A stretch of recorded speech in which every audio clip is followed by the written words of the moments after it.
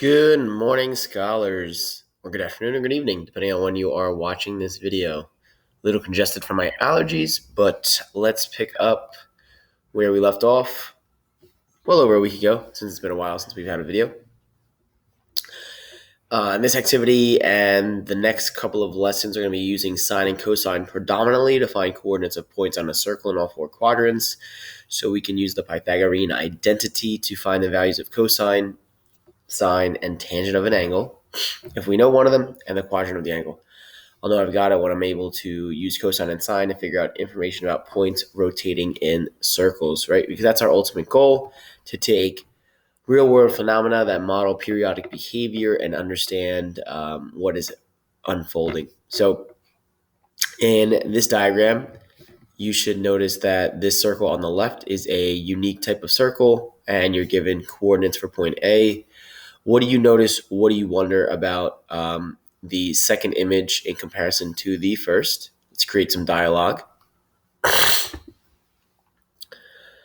All right, so we have a clock, and as we had started with, a clock models periodic behavior. The length of the minute hand on a clock is 5 inches, and the center of the clock is at 0, 0. Determine the coordinate of the minute hand at the following times, right? So yeah. Right, 3 p.m.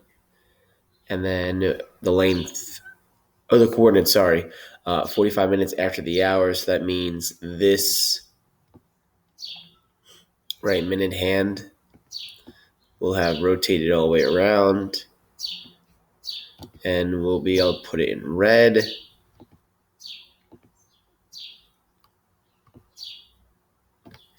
Here.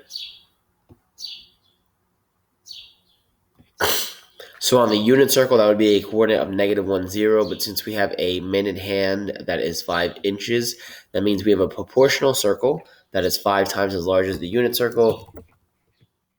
The -5, 0 shall suffice for the coordinate of the minute hand 45 minutes after the hour.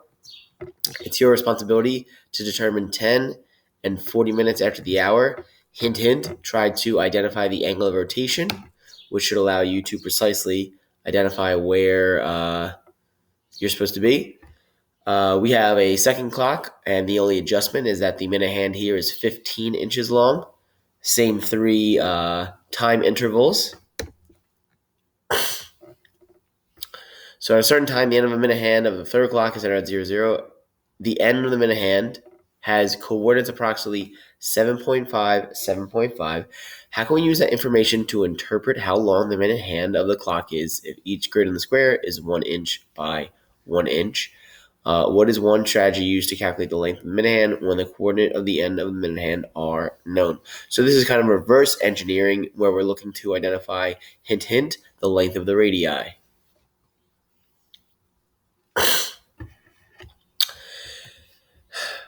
The center of a Ferris wheel is 40 feet off the ground, and this is what I was talking about in the beginning of the video, right? So, yeah, it's good to obviously know the unit circle, but it does us no good if we're not able to apply its ideas to real-world phenomena. So we have a Ferris wheel with the center being 40 feet off the ground and the radius being 30 feet. Point P is shown at 0 radians. Calculate how high off the ground point P as the Ferris wheel rotates counterclockwise starting from 0 radians. So we have a bunch of different radian measures here. We have a video down here for your benefit.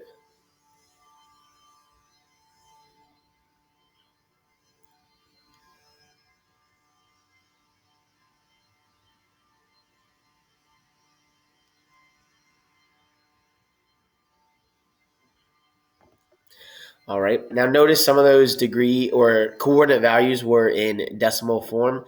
Remember, for those 3 sets of radian measures that we talked about last week when discovering the unit circle, if they are mentioned here or any multiple of them, you are expected to write those coordinates in the appropriate notation.